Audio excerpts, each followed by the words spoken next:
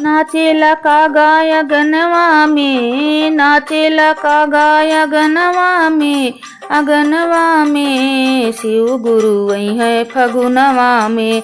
ये नाचेला कागा अगनवा में हो, नाचेला कागा अगनवा में शिव गुरु वही है फगुनवा में।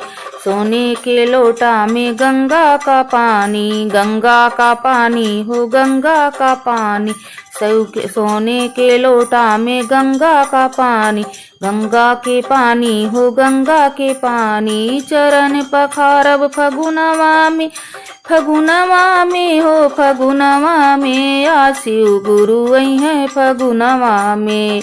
नाचेले कागा फगुनवा में हो, नाचेले कागा फगुनवा में, अरे शिव गुरु वही है फगुनवा में। अरे नाचेले कागा अगनवा में, अरे शिव गुरु वही है फगुनवा में। सोने के आसन सोने के सिंहासन, सोने के सिंहासन हो सोने के सिंहासन, सोने के आसन हो सोने के सिंहासन, सोने के सिंहासन हो सोने के सिंहासन। आसन लगैबै अगनवा में हो, अगनवा में हो अगनवा में, आ शिव गुरु वही है फगुनवा में। नाचेले कागा अगनवा में, अरे शिव गुरु वही है फगुनवा में। सोने के थाली में 56 रंग मेवा, 56 रंग मेवा हो 56 रंग मेवा, सोने के थाली में 56 रंग मेवा, 56 रंग मेवा हो 56 रंग मेवा। भोग लगैबै अगनवा में हो, अगनवा में हो अगनवा में, आ शिव गुरु वही है फगुनवा में। अरे नाचेला कागा अगनवा में, अरे शिव गुरु वही है फगुनवा में।